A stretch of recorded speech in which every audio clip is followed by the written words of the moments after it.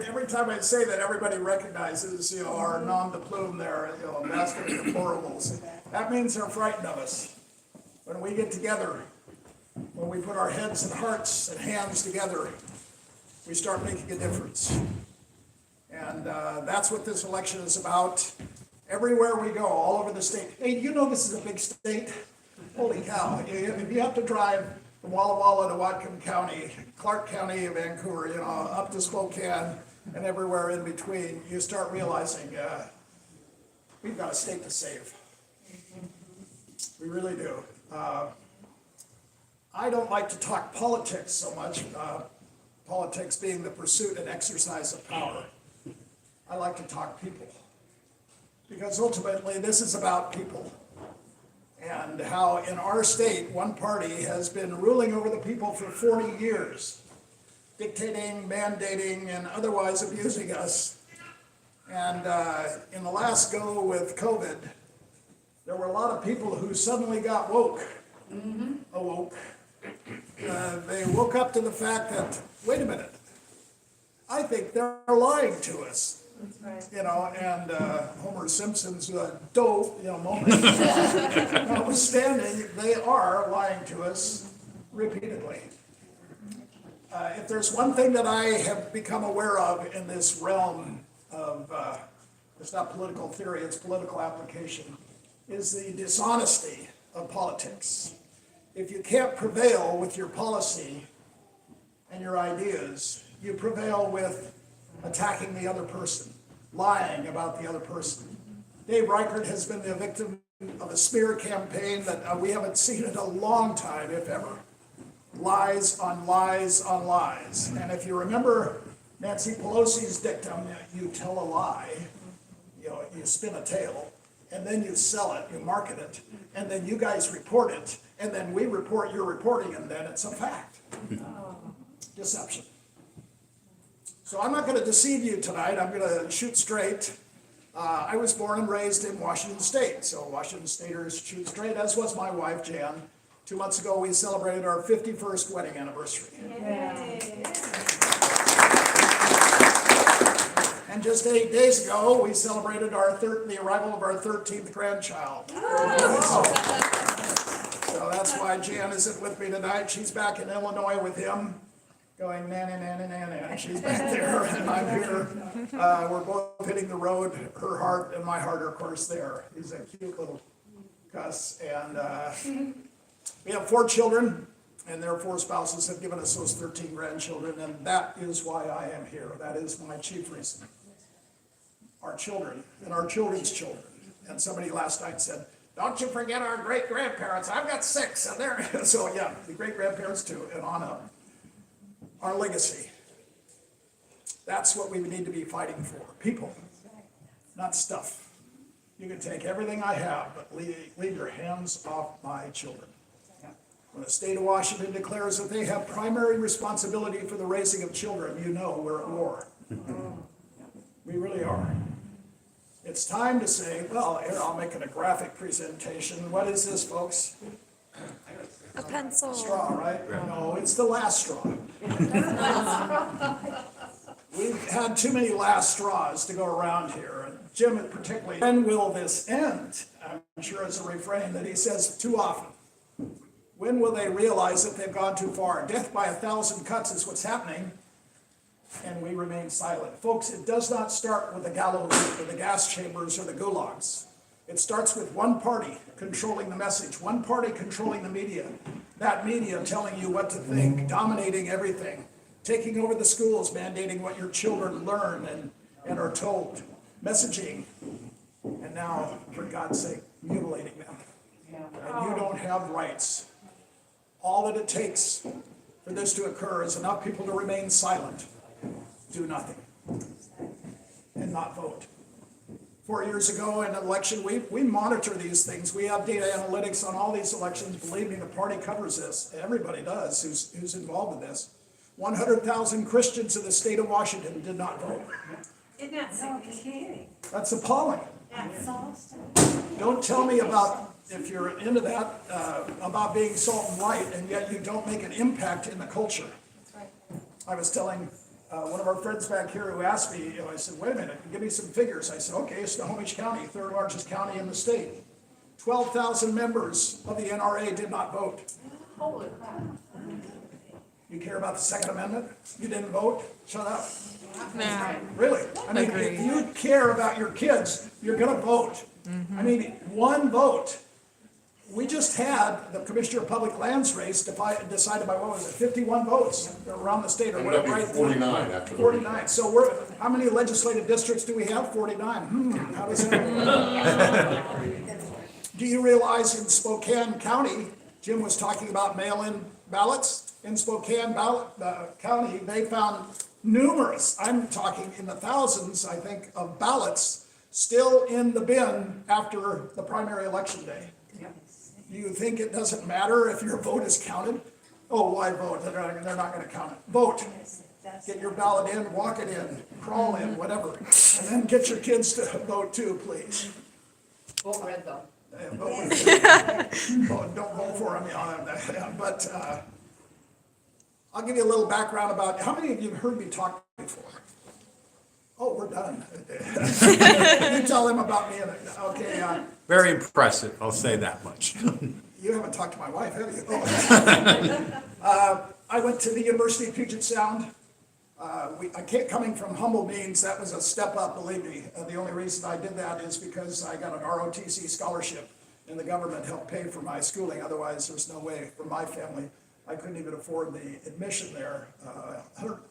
$105 application fee, and I won an Elk Scholarship for leadership. I got $100, so I had to come up with $5. Thank you, Lord. Our family had 7 kids. When I was 5.5, my dad died of polio just 2 months before the Salk vaccine came out, leaving 7 children, all under 13. And I always look to see the faces of the moms going, wow, what do? You put yourself in those shoes and you think, you better be prayed up for sure. And Mom was a woman of faith. Her faith and her resilience and her love for her children and her and Dad's dreams saw us through. We all went to college. 5 of us with advanced degrees. We were 6 boys and a girl. My sister was a tough cookie as a result. She was an Olympic athlete and still holds some state records to this day from the 70s. She lives now in Haifa, Israel.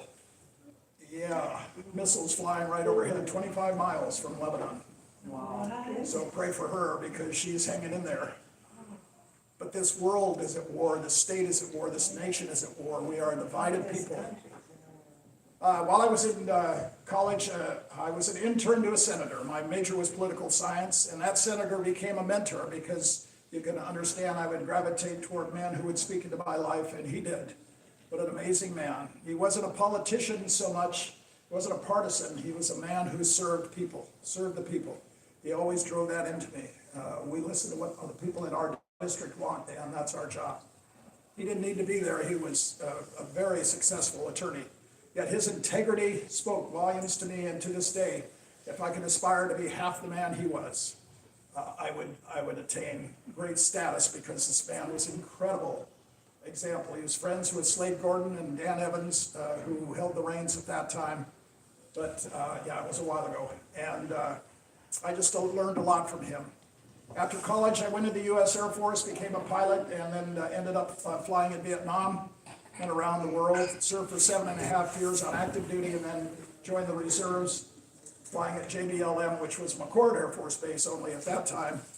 So I did 22 years of service, active and reserve, retiring as a lieutenant colonel. During that time, on the reserve status, I was, of course, a civilian, and I was elected to a school board. It was a Shoreline School Board. I served for 4 years on that. Also on that school board was a lady named Patty Murray. You can groan. I did every day. So I've been in 3 wars. And it was a real adventure. They play for keeps, folks. The WEA plays for keeps. Wasn't long before I had 2 death threats while serving on a school board in our state. Absolutely reprehensible.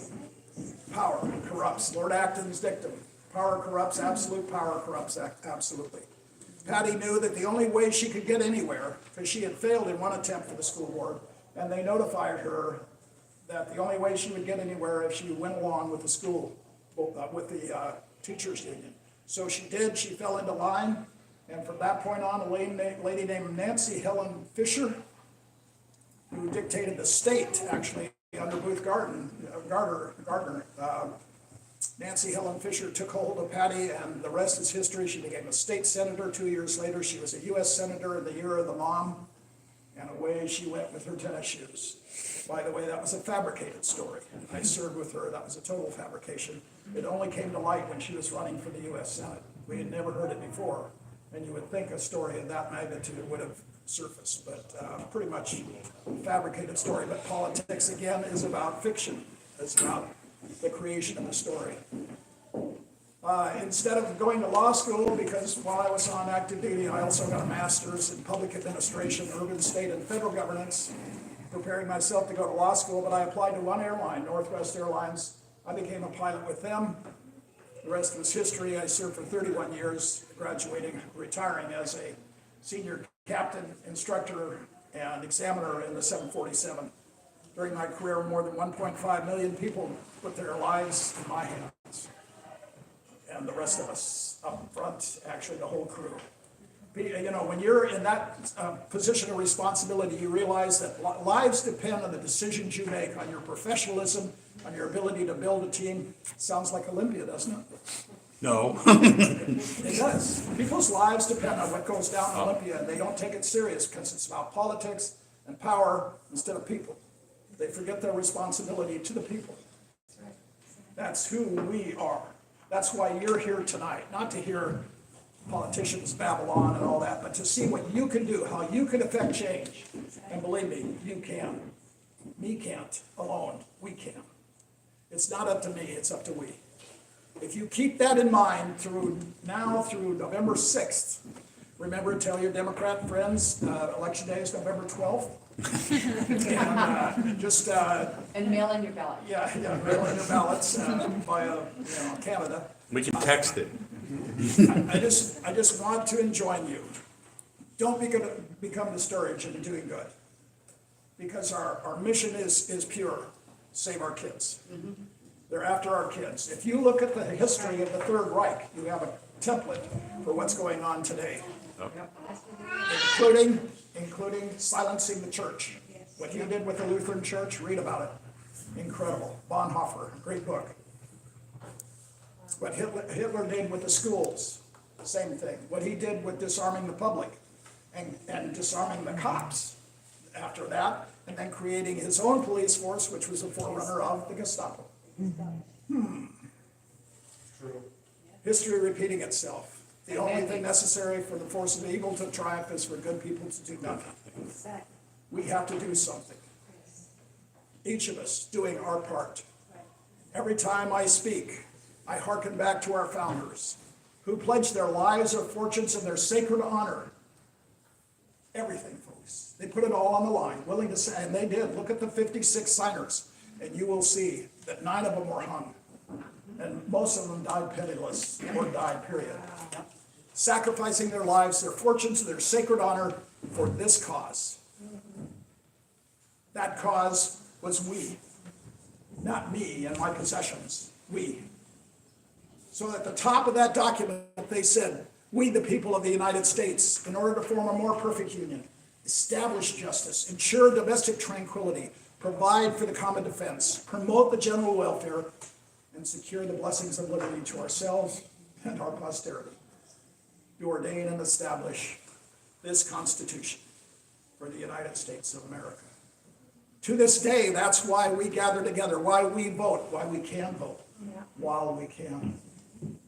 We know that the First Amendment protects us, that someone can't come to that door and silence us yet. But when they're talking about monitoring where you drive and what you do and how you vote, then the First Amendment, which is what? Press, speech, religion, assembly. When they can infringe on that, you'd better be concerned. I love the great philosopher Dave Chappelle.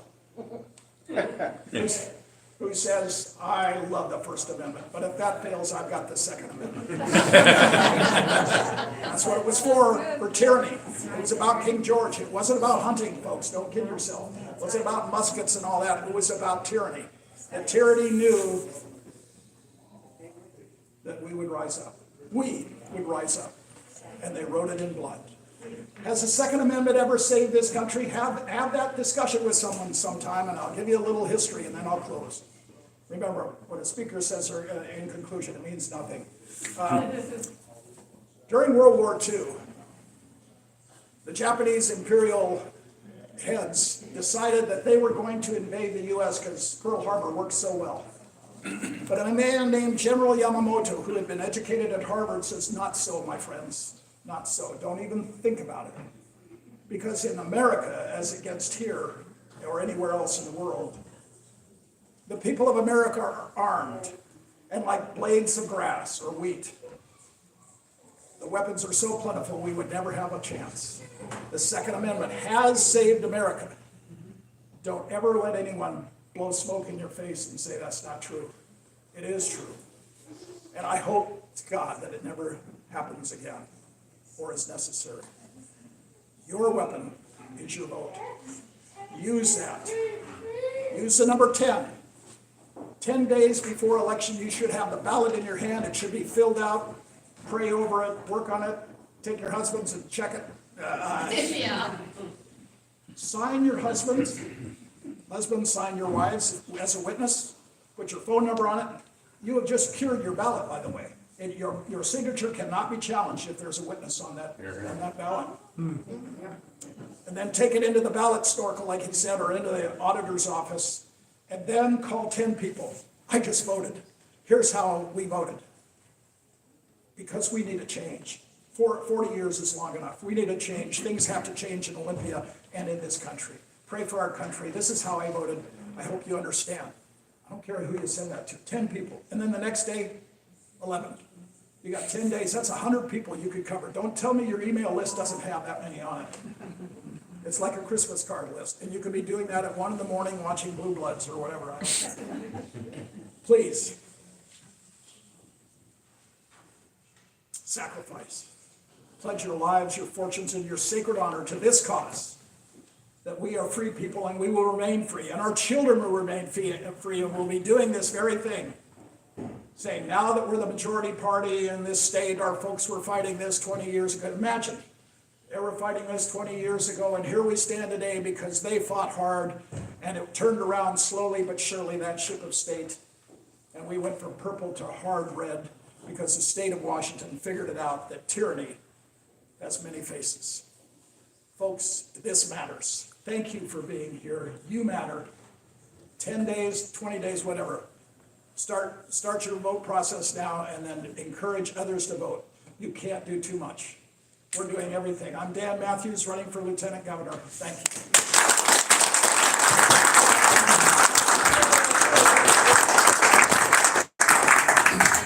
Thanks, Dan, and he'll stick around for a bit as the program goes on if you have questions for Dan directly.